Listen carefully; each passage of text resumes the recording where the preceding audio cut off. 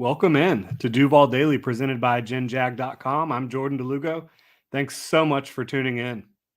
We are getting into day 7 of Jaguars training camp practice, full pads for the second straight day. A lot of fun out there. We'll take a look at everything that went down. I'd like to remind you to please subscribe and hit that notification bell so you do not miss a show on here. You can follow me at Jordan DeLugo on Twitter, Generation Jaguar, at Generation Jag. We are live here, so go ahead and chime in the chat if you'd like to. Irish Jags fan checks in. What's up, Jordan? What's up? Happy that you're here. Appreciate you tuning in. Again, follow me at Jordan DeLugo on Twitter, Generation Jaguar, at Generation Jag, for all the updates throughout training camp practice. So we had a heck of a day today in day 7. The Jaguars were off on Friday. They went into shells, which is shoulder pads and helmets on Saturday, full pads on Sunday, full pads today. So you're now really starting to get into real training camp football, real hitting, all the fun stuff. It's starting to look more like football than two-hand touch out there. John checks in, yo. Robert's checking in. Michael Ward, appreciate everyone for being here. So when you talk about practice today, the defense, when you're looking at the team drills, the defense really started off hot. They were bringing a lot of exotic looks, some fancy pressure packages, and the offense just looked a little out of sorts to start this practice. And you're like, is this going to be another ugly one for the offense? But after Trayvon Walker batted a pass on the first team play, and then Josh Allen had a would-be sack, then you saw DeJuan Smoot just kind of pancake Luke Fortner. Welcome to the NFL moment for Fortner. You saw the offense rebound, and they looked really good throughout most of practice. There was a lot of red zone work. Trevor Lawrence finished 18 of 23 today by my count with 7 touchdown passes, a lot of which came in that red zone period I was talking about between 11 on 11 and 7 on 7. So he had a very accurate day. The receivers were hauling in the passes. Yesterday, I think you saw 3 drops in the team portion of training camp drills, which was just far too much. Pretty disappointing there. But the offense rebounded. The receivers rebounded. They didn't drop anything during the team portion of practice today. And so that was really impressive. You did have on one play where Josh Allen had a would-be sack, Trevor just launched it down the field. And Shaquille Griffin picked it off, which was his second interception of training camp. So you like to see that for him, a guy that struggled to hold on to the football last year when he got his opportunities to intercept passes. So you like to see that for Shaquille Griffin, who's a leader out there, and he's making some plays. But other than that, the offense was pretty sharp. Trevor was sharp. Again, 7 touchdown passes. Evan Ingram was the recipient of 2 of them, and both of his catches were fantastic in the end zone. The first one was Andre Cisco draped all over him. He had to go above the rim and grab the pass and haul it in with Cisco hitting him and making it difficult, and he did so. And then he also caught the last pass of team portion with Trevor Lawrence throwing the ball, which was a touchdown in the back of the end zone. And he had to kind of go up and get that one as well and get both feet down. And he did that and made it look easy. So he had a really good day, a bounce back day after having a few practices in a row with dropped passes. He looked really clean and made 2 of the better catches you've seen all of camp, much less just today, much less just from him. Got some more folks checking in. Carl says defense getting after it today. Everyone seemed to be getting a sack. Yeah, Josh Allen had 2 would-be sacks. Trayvon Walker had a big batted pass where he just eviscerated the offensive line. And yeah, DeJuan Smoot got after Luke Fortner on that one play. John asks, was there any film on Luke's pancake? It was team portion of drills, so I don't think so. You're not really allowed to be filming out there at that point in practice. I doubt the team is going to show that one on the on the highlight reel, but they might. You never know. But yeah, big time play from Dewan Smoot, who a lot of people forget about. He's been mostly a starter the last couple years, but now he's in a more rotational role, and I think that's going to really ramp up the Jaguars' pass rush on third downs. You can have him rushing from the interior along with Arden Key. I think that can be a lot of fun. But yeah, so the defense kind of came out as the aggressors today, and then the offense really caught on and caught fire throughout much of the day. Trevor completed touchdowns, like I said, to Evan Ingram. Christian Kirk had a couple touchdowns. Zay Jones had a touchdown. Chris Manhertz. Christian Kirk had, 2 touchdowns, maybe 3 touchdowns, actually. And then Snoop Connor also had a receiving touchdown. Travis Etienne got into the end zone in red zone drills on a handoff, not a pass. So, yeah, the starting offense really had a good day today. Carl says you can catch a lot of the one-on-one stuff on Twitter. So that Luke Fortner pancake was not one-on-one. That was in team drills between Dewan Smoot and Luke Fortner. So I don't think you're going to see that one. But yeah, if you're looking for one-on-one stuff, a lot of those clips were captured by Jamal St. Cyr of First Coast News. So you can go follow him on Twitter. He had a lot of those, a lot of the one-on-ones. Trevor Lawrence, very sharp, like I said. ETN continues just to look incredibly explosive. And the one player who in space has done a good job of kind of chasing him to the sideline is Josh Allen. So I'm really blown away by Josh Allen's speed from, the edge to the sideline, trying to keep up with Travis Etienne. He's done a really good job of it. But other than that, a lot of people have had a lot of struggles keeping up with Travis Etienne. And Trayvon Walker, whether it's one-on-ones or in the team drills, he looks really good. He's gotten better since the pads have come on. He's gotten better throughout, and they're just putting more on his plate, and he's taking it on and looking good. He was doing the one-on-one drills with the defensive line and the offensive line, and then midway through that portion of practice, he went and started doing 7-on-7 work so he could drop. And show and work on his athleticism and his coverage ability. So I think, that was pretty cool to see. There was a video, Irish Jags fan says there was a video of Devon Hamilton bulldozing Fortner in one-on-ones. Yeah, Devon Hamilton and Fortner had a couple good battles for sure. And Devon ended up on the ground a little bit too much in one-on-ones too today, which was a little disappointing. But that's a guy going into his 3rd year now. And he was a 3rd-round pick in 2020. You expect him to start being a big-time contributor this year. I was pretty high on him coming out of the draft. Debbie Lynn checks in, says, hi, everyone. Timmy Devil says, Ingram has been shaky, got the drops. We're going to see those drops all season long. Well, you can say that, but then you look at his performance today, I think it shows you there will be ups and downs likely. Doug Peterson and offensive coordinator Press Taylor have both kind of talked about how they're not worried about that from Evan Ingram, but they might just be trying to be nice to the guy, because it is concerning that he's had so many drops throughout his career, and then you see it kind of popping up here in training camp, but then you see him today, and he was arguably the best player on the field today, one of the best players, making 2 incredible highlight reel grabs. You love to see it from Evan Ingram. So there's going to be some highs and lows, I think, from him throughout the season. I think that's fair to assume. Snoop Connor continues to impress me, the rookie running back out of Ole Miss. James Robinson is still not doing the team stuff, but he is starting to do all the positional drills. If you go check out my Twitter, you can see him taking a handoff, cutting in multiple directions, and looking good doing it.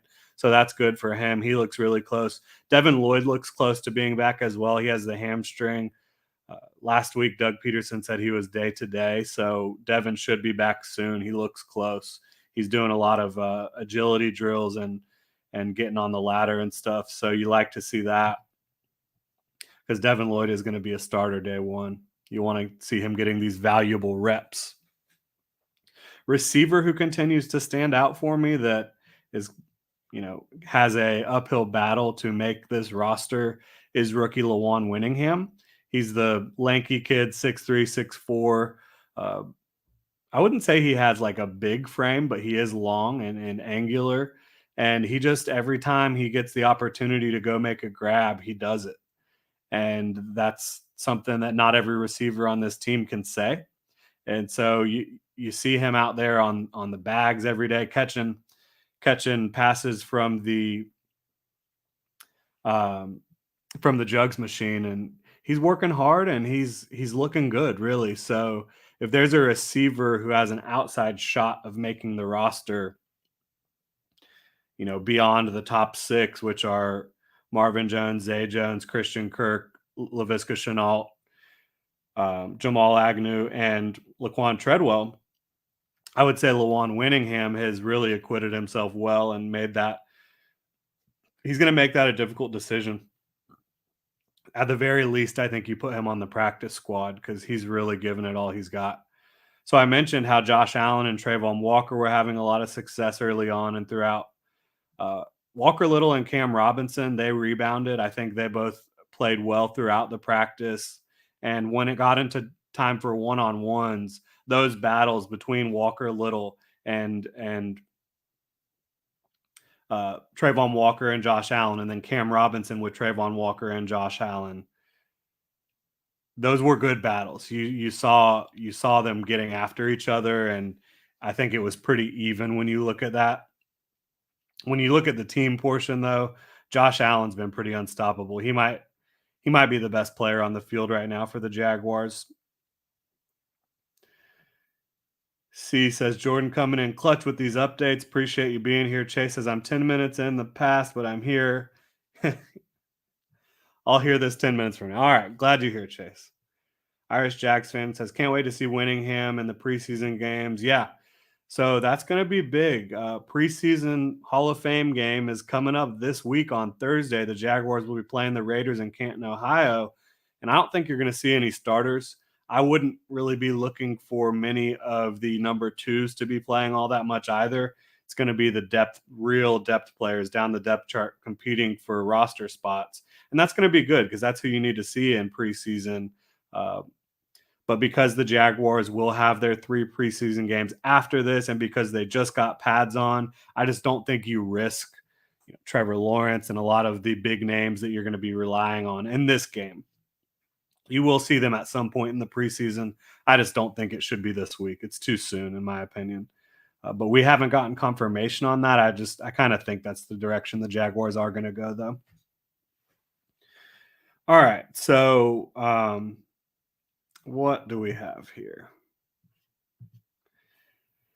Speaking of some competition here, Gregory Jr., Monteric Brown, they were the 6th and 7th round picks, the cornerbacks. And then you also have Benji Franklin, who's a cornerback who's been making a lot of plays out there.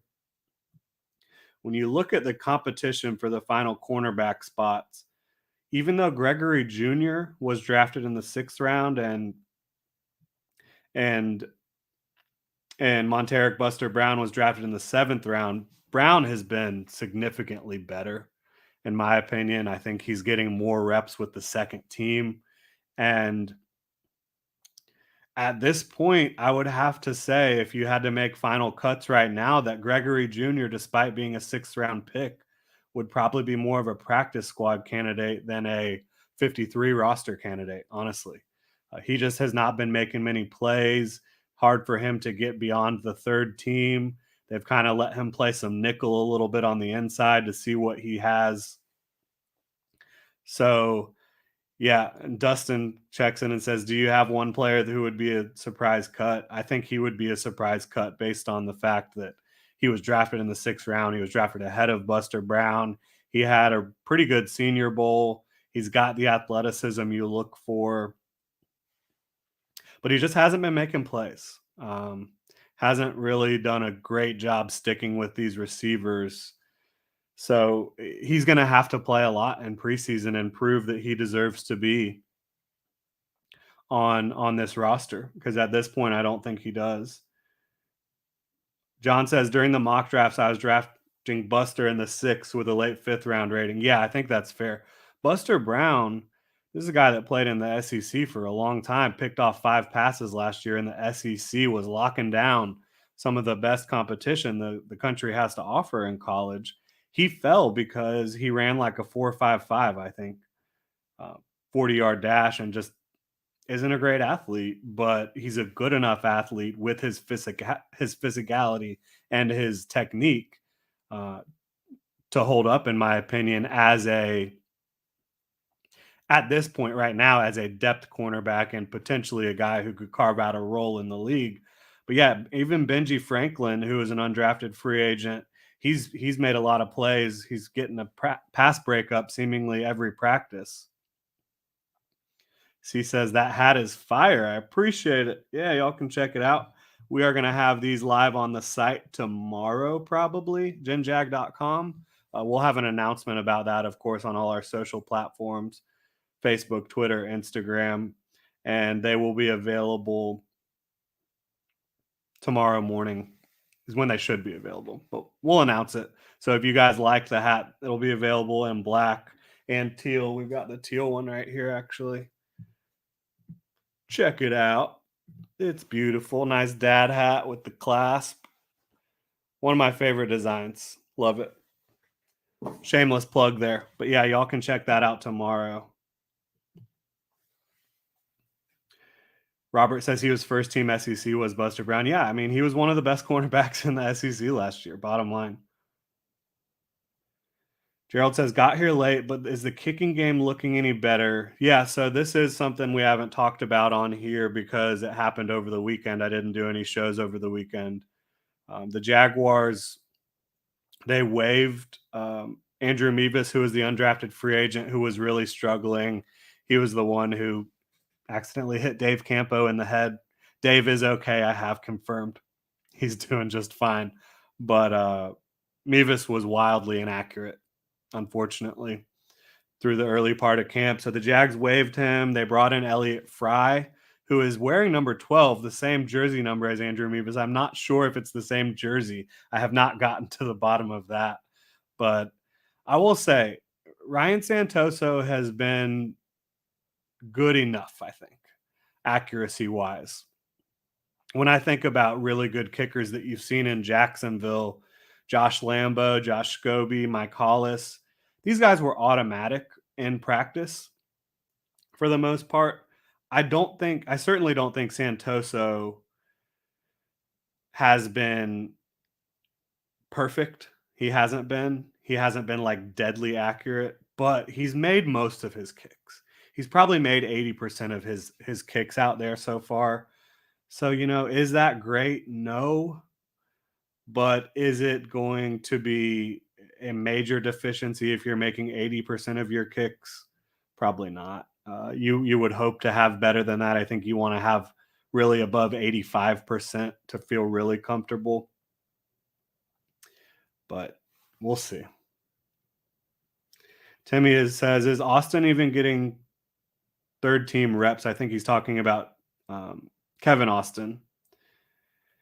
Yeah, I mean, at this point, I would say that Kevin Austin probably has been on the third team. Yeah, the most. He hasn't really been cracking the second team, and he just hasn't played as well as the rest of the wide receivers that are competing for the back end of the roster.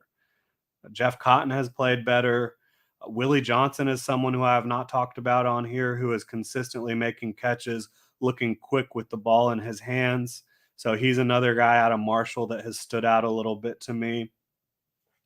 Tim Jones hasn't been super active, but you've seen a lot from him throughout the spring, and so he has some good rapport, some good tape out there. Kevin Austin just simply doesn't. The one time he was targeted today in team drills, the pass was a little low, but he should have caught it, and he didn't. So it's not going super well for Kevin Austin, but I will say he is out there trying to improve. He's been on the jugs machine before practice every day. He's the first one on that machine trying to improve his hands, but he's got a long way to go. Oh yeah, someone asks if I saw the Matt Wright tweet about him getting it into the end zone on the kickoffs. I did see that. And for me, what I thought they would do is keep Matthew Wright around and bring in competition for him. But instead, they just decided to release Wright early in the offseason and then go after Santoso and Mevis. And that's the direction they went in. Matthew Wright was a more accurate kicker than anyone we've seen so far at Jaguars camp. Elliott Fry has not been as good as Santoso has been. He's been a little better than Mevis was, I think, but Santoso is still the leader in the clubhouse pretty clearly. Justin says, any chance the rookie class plays on Thursday? The class as a whole, I don't know. It's a good question because you want to get these guys opportunities. You want to get them looks in live settings against opponents that are not teammates, but I'd have a hard time putting Trayvon out there. Devin Lloyd definitely won't play because he's still not practicing fully. Muma, I think you could see Muma out there. I think you could see Fortner maybe, but Fortner. The Jaguars won't announce that he's the starter, but he's been taking all the starting reps with Trevor Lawrence at center. So will they play him? I don't know. Who else you got in this rookie class? You'll definitely see Buster Brown and Buster Brown and Gregory Jr. You'll definitely see all the undrafted free agents. I don't know about Trayvon and Fortner though, and Devin Lloyd certainly won't play in that game. R says bring back Scobie. Yeah, if only. If only.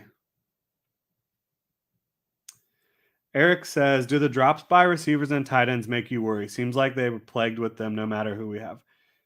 They have been worrisome so far, but what is encouraging to me was they didn't let the last few days like bring them down today. They came out and they fought their asses off and they didn't drop anything in the team portion of practice. So I think you really like that. You really like Evan Ingram's ability to rebound and have his best day of practice. And Christian Kirk had a good day. Zay Jones had a good day. LaVisca wasn't very active. I don't know if he participated in team stuff today, actually. But yeah, you see the offense rebound the way they did today. Again, Trevor was 18 of 23 with 7 touchdowns. Really big time day for him and for his receivers, bringing in everything that he gave them the opportunity to catch. But is it concerning? Yeah, like I don't think the Jaguars have a great group of receivers. Bottom line, I don't think their receiving options are top 10 or top 15 in the NFL. I don't. I do think the running game is going to be strong very early on with Travis Etienne. James Robinson's going to be back, I think, for the beginning of the regular season based on what we're seeing. Snoop Connor looks good, quick, explosive, more so than I even saw on tape at Ole Miss. He's really impressed me.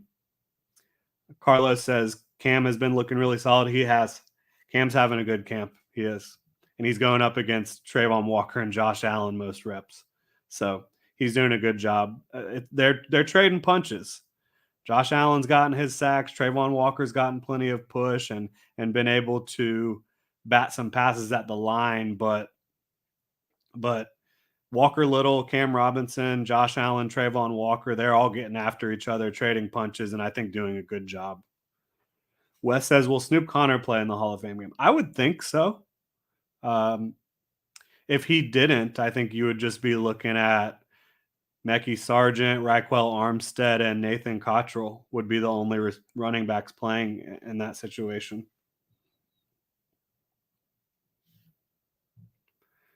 Timmy says, Eric, I like the picks. It means the defense is stepping it up. We need turnovers. Yeah, I think the defense is ahead of the offense right now. The offense did have a good bounce back day today, which is what you want to see. You have Doug Peterson, who's a great play caller. You have Trevor Lawrence, who has all the talent in the world.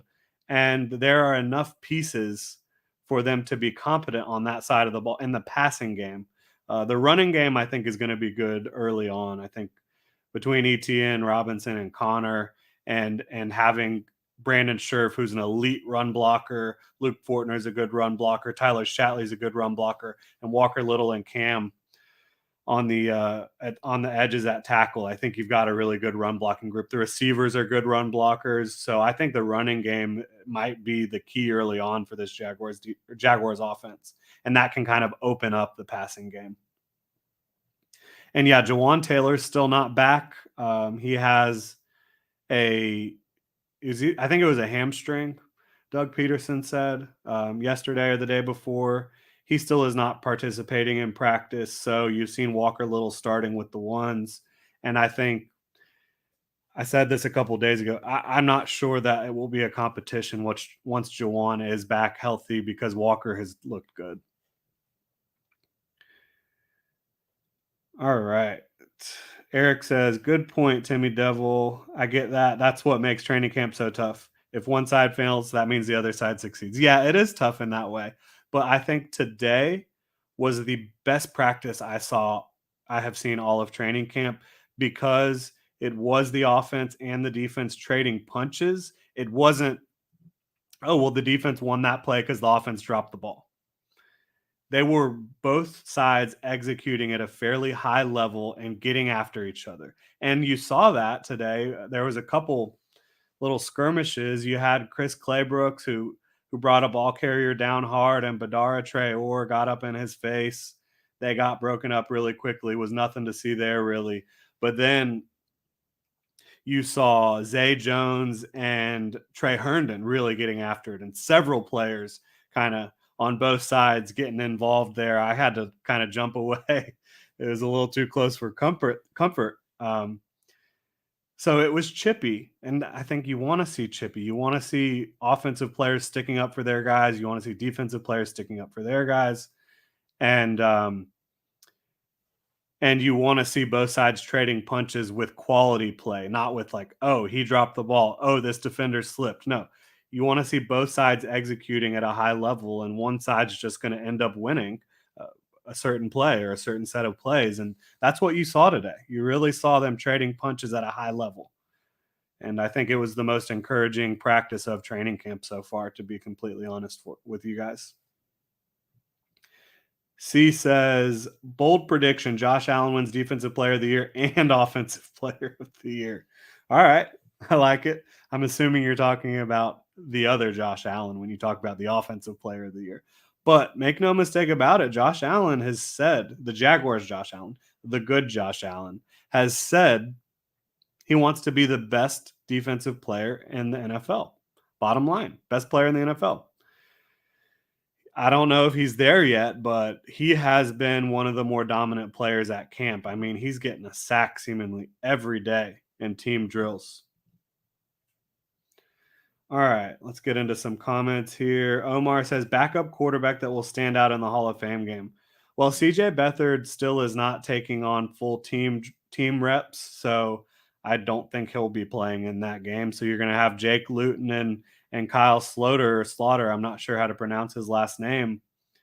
Those are going to be the quarterbacks you're probably going to see in the Hall of Fame game. And each of them have had some bright moments, but neither of them looks really consistent. So that could be not so much fun to watch on Thursday night, but we'll see how it plays out. Gerald says, if the receivers are going to drop the ball, they need to actually drop the ball, not hit the hands and go up. Yeah, so the one you're talking about, I think, is the Evan Ingram one where he dropped it and Shaquille Griffin picked it off. That didn't even touch Evan Ingram, I don't think. I think it bounced off Shaquille Quarterman, and then Shaquille Griffin picked it off. But the receivers did not drop the ball today. Got to give them credit on that.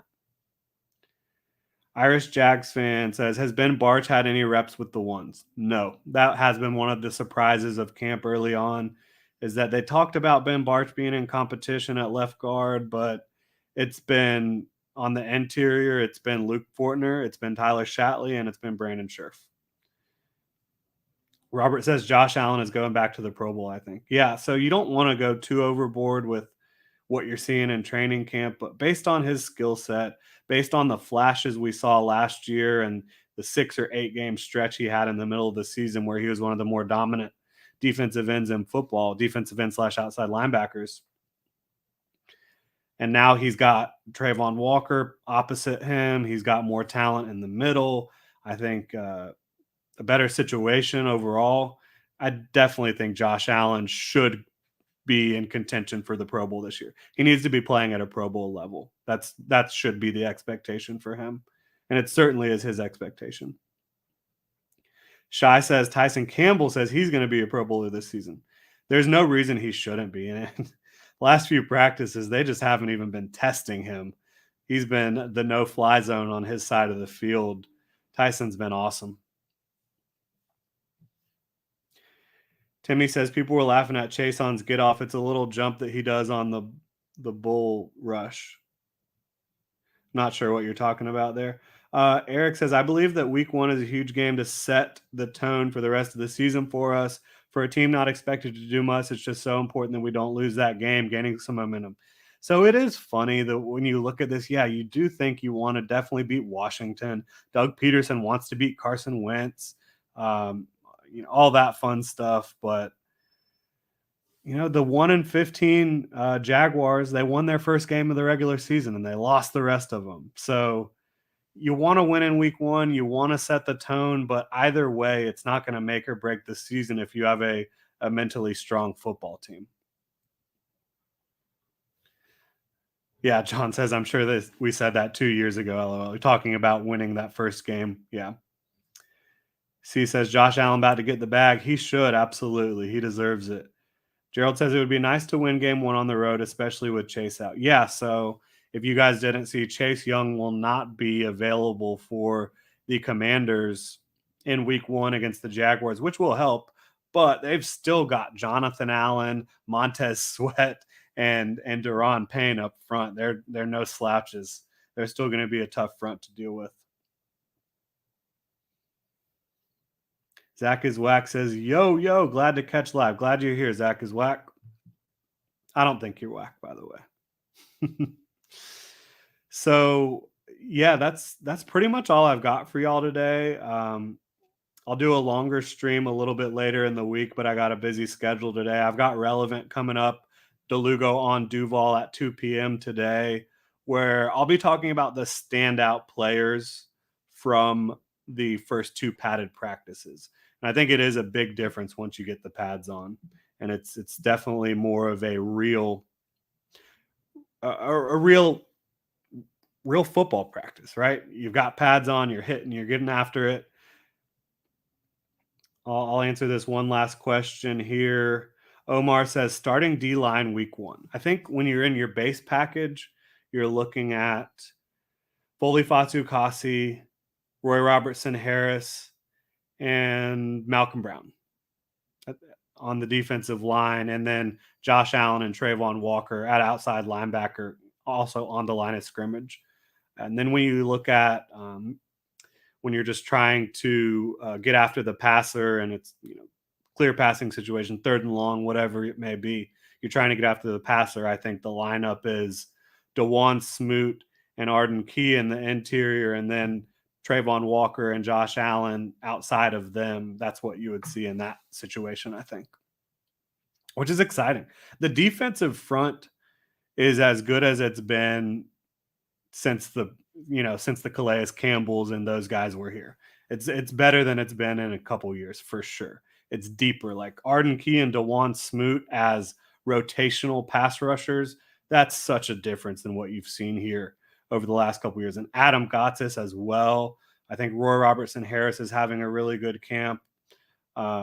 There's just a lot of really good football players in that defensive front. And you love to see it. And that's going to help out the offensive line. Even if the offensive line isn't up to the challenge really of consistently beating that defensive front, it's going to get them ready for some of the tougher defensive fronts they'll play during the season. So I think iron sharpens iron. I know that's an old adage, but I think it's true in this scenario, in this situation. But that will do it here today. Appreciate everyone so much for tuning in. Means a lot to me. Make sure to hit me up on Twitter at Jordan DeLugo. I have all my updates. Everything I'm seeing from training camp is going straight to Twitter at Jordan DeLugo and at Generation Jag for Generation Jaguar. Hit the like and subscribe button on YouTube and check genjag.com for all the latest Jaguars news, analysis, and Duval gear. And again, this hat's going to be dropping tomorrow morning, I believe. And I'll be live at 2 p.m. today on the Relevant app talking about the biggest standout performers of padded practice so far. Thanks so much for tuning in. Have a good one, Duval.